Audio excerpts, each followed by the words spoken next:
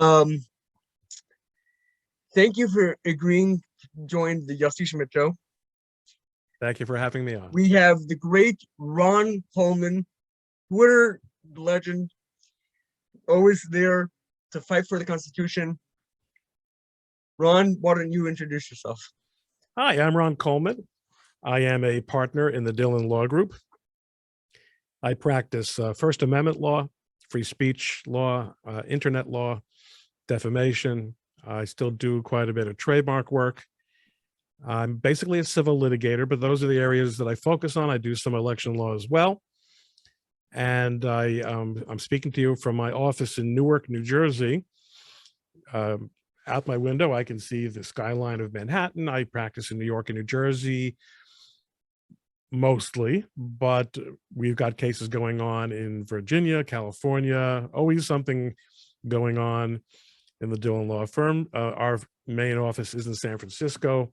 I'm the East Coast presence, and I live in Clifton, New Jersey, which is part of the Orthodox community known as Passaic Clifton. And I guess that's a pretty good introduction, right? Start there. Oh, I guess I'm very active on social media. I have a Twitter account at my name, at Ron Coleman, Coleman. That's Coleman. And you can find me on most of the video platforms. Start there. And I have a podcast, Coleman Nation, Coleman-nation.com. It's also a video podcast. And Yossi tells me this is his first installment of video on his podcast. And he chose wisely, because look at this face, got to take advantage when you get an opportunity like this. Yeah, so you say you work with the Dillon Law Firm.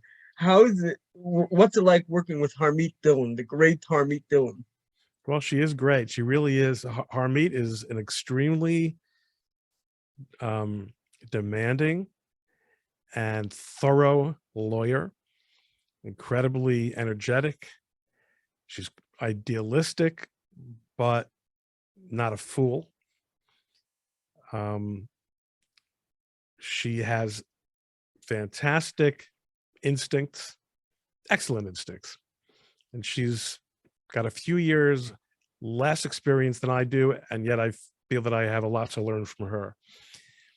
And in terms of being an opinion leader and someone who is taking the case for traditional values in this country to the public on a regular basis, it's really a pleasure to be associated with somebody like that, and who wants to practice law at the highest level, but hasn't lost sight of the fact that if we lose our country, if we lose what's important and critical to making up what it means to say our country, all the money in the world, all the legal fees in the world don't mean a thing. That's true. So you work, like, she refers to you as her partner.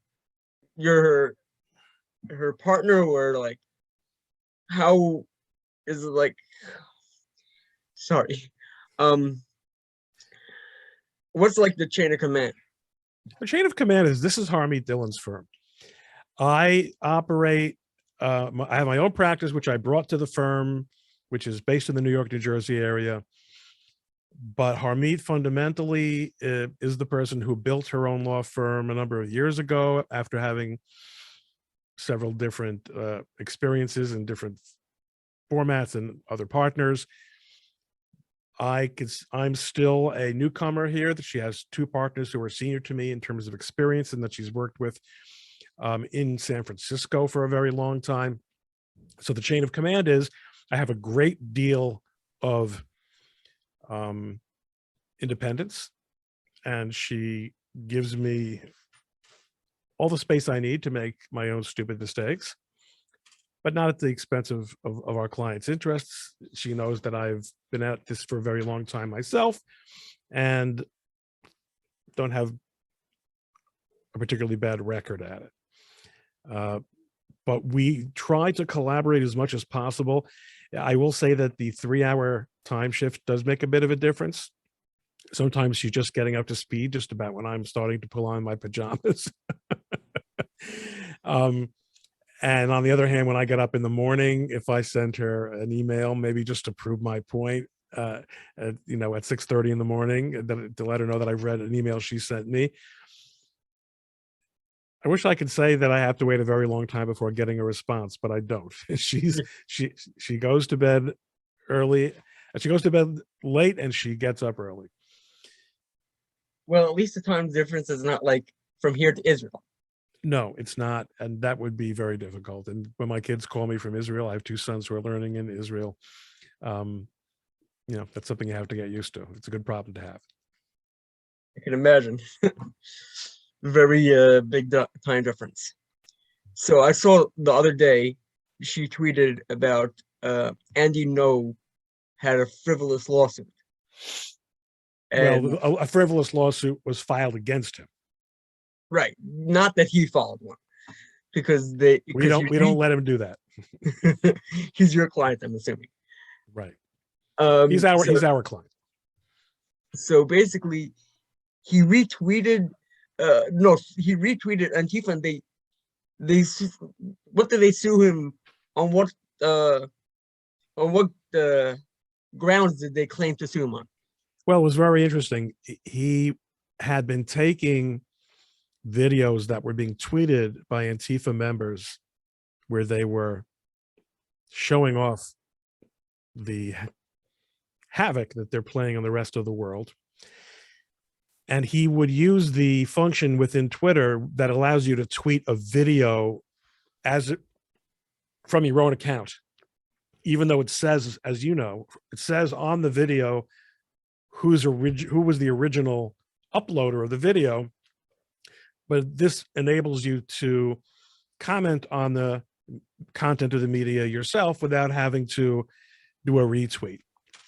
And somehow somebody got it into his head that a claim for copyright infringement could be made based on this. And their complaint was that when Andy did this, it caused people to be angry and say nasty things at people on Twitter who post these videos. So that's a very difficult claim to make, but it's especially difficult if you read the terms of service of Twitter, which say if you upload a video, other people can tweet it, period. You don't have any rights to any ability to prevent them from doing that under our terms of service. And even furthermore, he's giving them credit.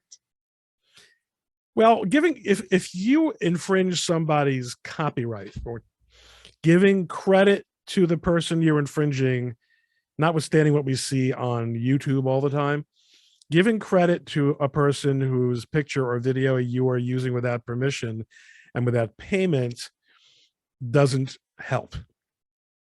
But they have to have the rights in the first place. Right. I never knew that. Thank you very much for informing me. I always thought that if I gave credit, not like if I gave credit, but I didn't think if I record a YouTube video and with music playing in the background, if I gave them credit and say this is their music, it's still, I can't make money off that. They make money off it. Right.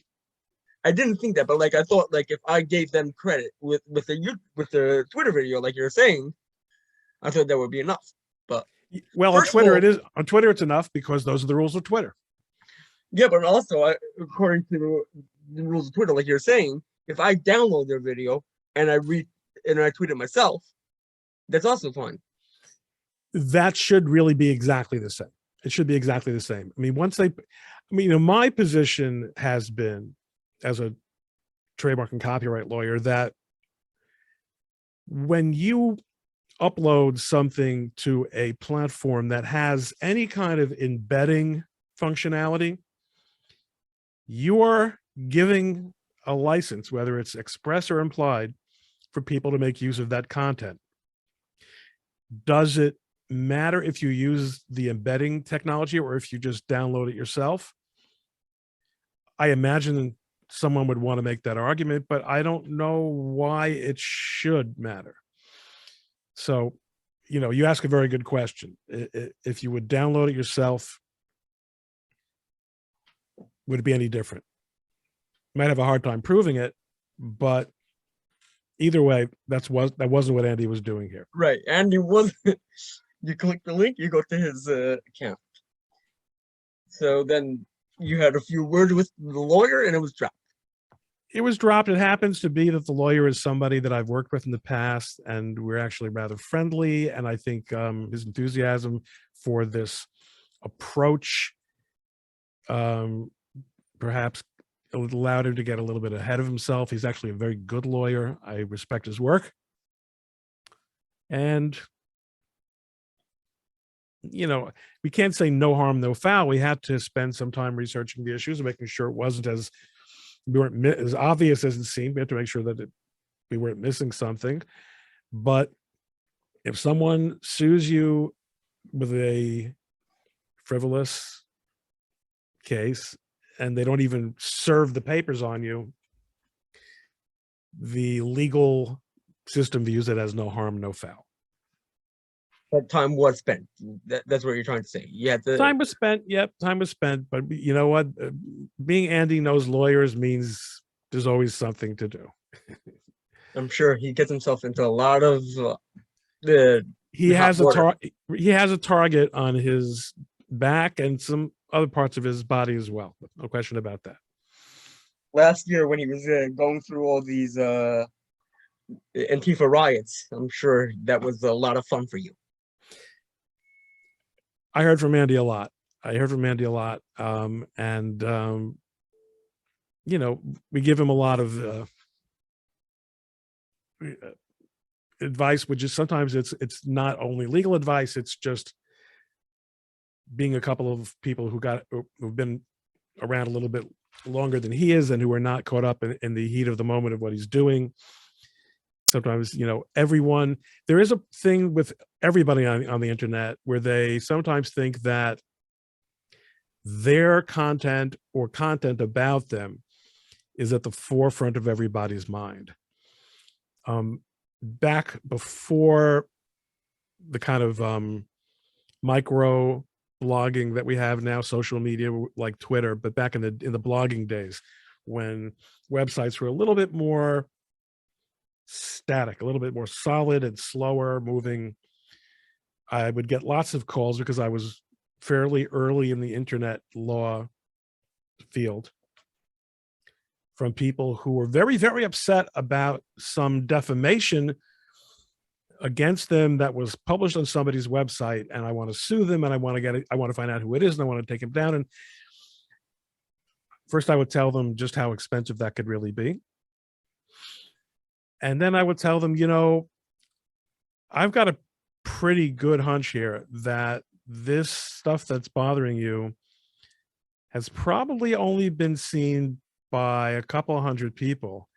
And in fact, that if I can see the server logs, it might show me that in the last 2 months, there were 500 visits to this web page that's bothering you, and that 300 of them came from you. So why don't you consider to stop clicking the damn site and stop raising the SEO or searching for yourself, which raises the SEO. This guy's talking to himself and a handful of friends who are getting a kick out of how hot under the collar you are. And chances are, if you leave it alone, good content, good search results will overwhelm bad. And that's usually how it works out. That's good. That really is. People think the world revolves around themselves. Well, we are supposed to conduct ourselves as if the world were created for us, but that someone explained to me that means to understand our responsibility and the uniqueness of the fact that God considers each and every one of us to be of paramount importance, but not, as we say in Yiddish, not as kommt mir, not that, as you say, the whole world revolves around us. The way I look at that line is, I am enough for the world to be created for, but so is someone else. Right. That I'm not is, more important than that person. That's the way I personally look at that line. well, I'm not surprised that you do, because that's the kind of person you are, Yossi. Thank you very much. You're welcome. I guess you see my feed. I know what you're about. I hear very nice things about you from common friends. Oh, I know which friend you're talking about. You think you do, huh? I don't know who I know that you know, besides for one person. Well, everyone knows me, so that makes it a little harder for you. I always think that I'm like the small little guy who tries his best to do whatever I can to. You're making actually quite an imprint. You're actually you come up in my feeds. You're keeping yourself quite busy, and it's. I like the way that you are just pushing it out there. And even, in other words, you don't maybe know who I am, but I'm Yossi Schmidt, and I've got something to say, and I love to talk to people and find out what they're about. And I'm gonna throw it out there, and I want to be part of the conversation. It's about, not everybody understands this. It's about being interested in other people and wanting to hear what other people have to say and their perspectives, and learning from them. Exactly what you said, in fact, about that Mishnah. I hear. I didn't know that I do that, but thank you. Well, that's Thanks the for the best way to compliment. do it. If you don't know that you're doing it, that probably means it's real also. As opposed to look how righteous I am.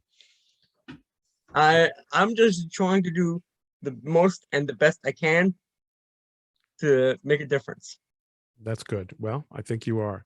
I hope I can help. I hope what I do, the news roundups, the reviews, I hope that that all helps. I hope it makes a difference. Probably does.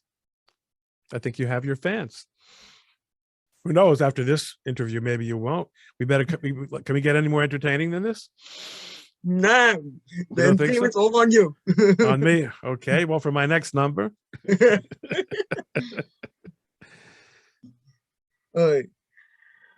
So I don't know how this goes, how segue into this, but can you explain how Section 230 works for the common folk? Section 230 was legislation that was passed in the early days of the World Wide Web. Actually, before the World Wide Web. Well, it existed. And the idea was to avoid the problem of having people who operated websites that were really more like what we used to call bulletin boards, where third parties would post information, being held responsible for defamation, or really more defamation than anything else, but for the legal wrongs that were done by the people who participated in these services. And the idea was that if you had if you were an internet service provider, which is an important term here, you would not be responsible for what people put on your site. Now, when the law was first passed, I was still a fairly young intellectual property lawyer. I was doing a lot of trademark enforcement work. And this was of great interest to me and the people that I worked with, because we were always looking for intermediaries to pin liability for selling counterfeit luxury merchandise, for example, on.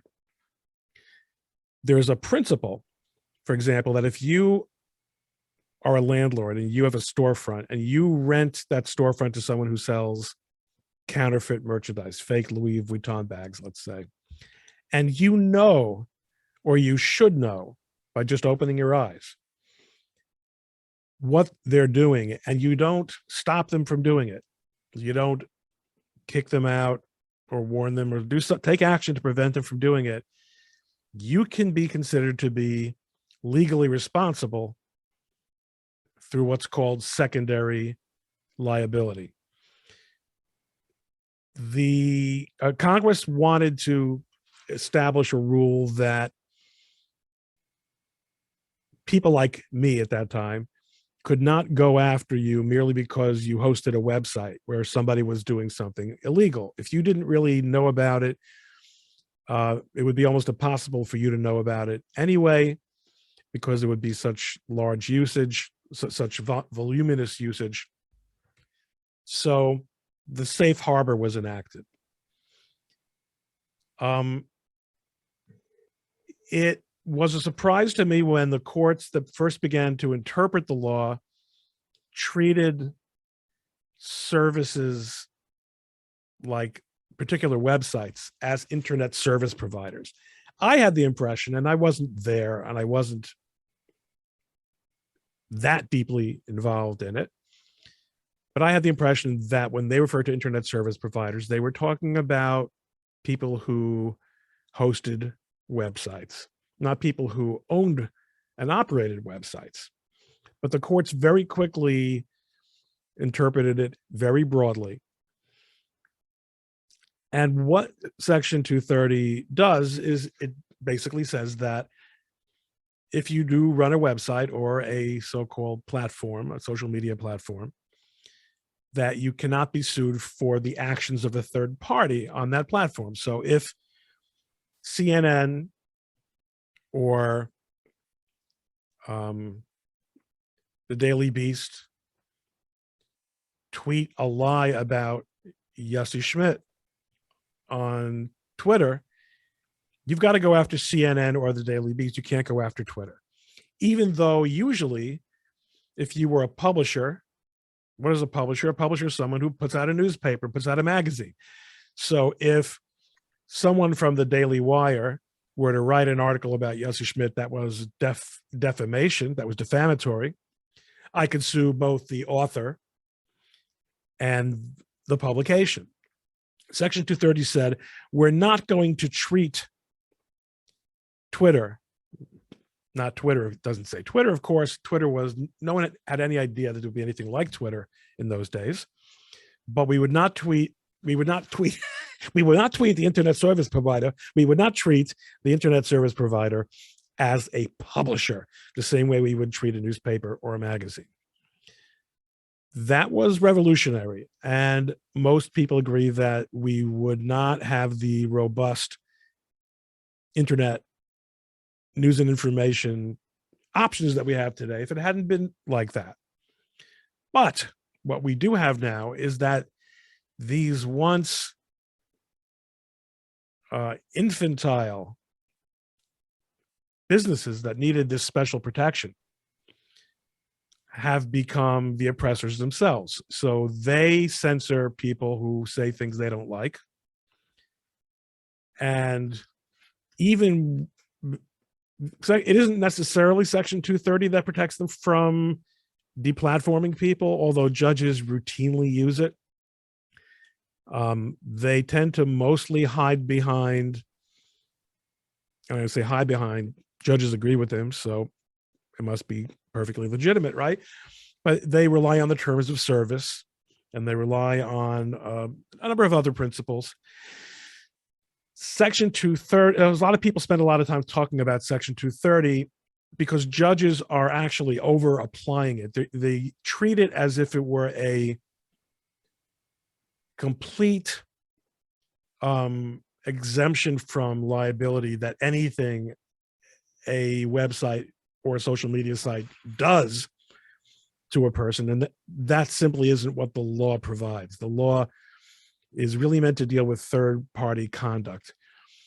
It also gives permission to websites or internet service providers, more specifically, to ban people or to ban content for purposes of whatever they deem is appropriate, to, as long as they do it in good faith. we haven't seen a court seriously reckon with the good faith aspect of that part of Section 230, because if they would, we would be having a very different conversation now. Here. So Section 230 does not necessarily give them the right to deplatform people. No, it doesn't necessarily. But right now, there's something that judges do what other judges before them have done, as a general rule. And what we even found during the lockdown litigation was, even when a judge would depart from the herd, he would or she would be brought back into line pretty quickly. Judges are people just like everybody else. They're subject to social pressure. They're subject to peer pressure. They're subject to political pressure. Even if you have a federal judge who has a lifetime appointment, political pressure doesn't necessarily mean we're going to fire you, but it can mean you're not going to be considered for certain opportunities within the judiciary, or people are going to treat you differently from the way that they otherwise might. It's tricky because we're putting a lot of pressure on judges, but on the other hand, some of it is pressure they brought on themselves by really giving Section 230 more application than it really should get based on the text.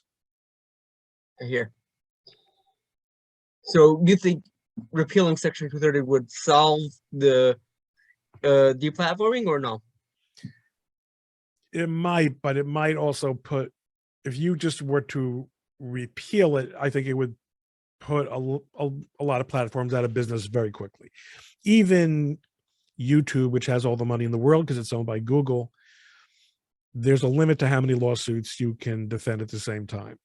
And if everyone if you treated, one of two things would happen. Either everybody would be suing Google all the time for defamation, or they would be reviewing every single video that was posted or that someone wanted to post. And instead of just being able to throw something up as you can now, you'd have to wait until maybe someone you have to pay, reviewed the material.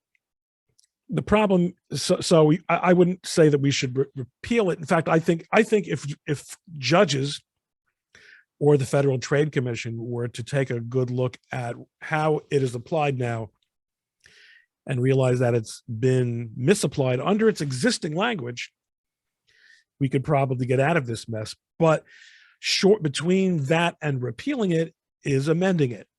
And there are a lot of ways that you could tinker with it to make it a lot less subject to abuse. And right now, there's no question that it's being abused. People are treated unfairly. And you might say, well, there are a couple of things I think that people have to keep in mind. One is that when they say, well, it's free, so what's your complaint? And the answer to that is, when something is free, you're not the customer, you are the product. People who use free services such as Twitter are benefiting Twitter. Twitter gets data from them, it gets eyeballs from them, it gets content from them, it gets other people onto the platform because, someone goes to their friends and said, did you see what I saw on Twitter? Did you see what I posted on Twitter? This builds up Twitter. Twitter benefits from that. So it doesn't matter that I'm not paying for it. I'm making an investment in my time. And there are people who might spend millions of dollars, and this has happened a lot in the Facebook context, building a business around their social media platform, and then the plug just gets pulled.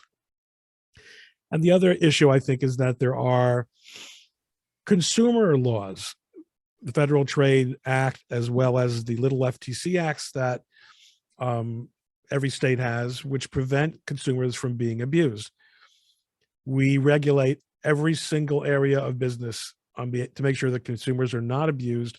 And what I think a proper form of regulation would be to give people the ability to appeal meaningfully if they are banned or suspended, require the platform to demonstrate what rule was broken, whether they're applying the same rule to everyone, and to be able to have a third party evaluate whether that process is being respected. Right now, it's entirely unilateral. You can't pretend this is just somebody built a shopping mall and you don't have to go into the shopping mall. This is where look, in our family, this is where we get all the news and information. Who trusts the radio anymore? Who trusts the newspapers? You have to be an absolute schmuck at this point to get your news and information from traditional media sources. They're just empty brands that have been bought up by very wealthy people and are treated like blogs by people who want to get out their messages. So there's a lot going on here, but I think hopefully your listeners will find that to be a good introduction. I hope they do. A lot of information. Good. Maybe it's all we can absorb for today. Maybe. But maybe you'll have me on another time. Yeah. Thank you so much for joining. My pleasure. Have a wonderful day. You too. Thank you. And I look forward to seeing your tweets in my timeline. Well, I'm looking forward to when you have edited this and taken out the goofy parts and got it as streamlined as possible. Let me know, and we'll be sure to share your first video podcast with the unwashed millions that are watching us. Have a good night, Yossi.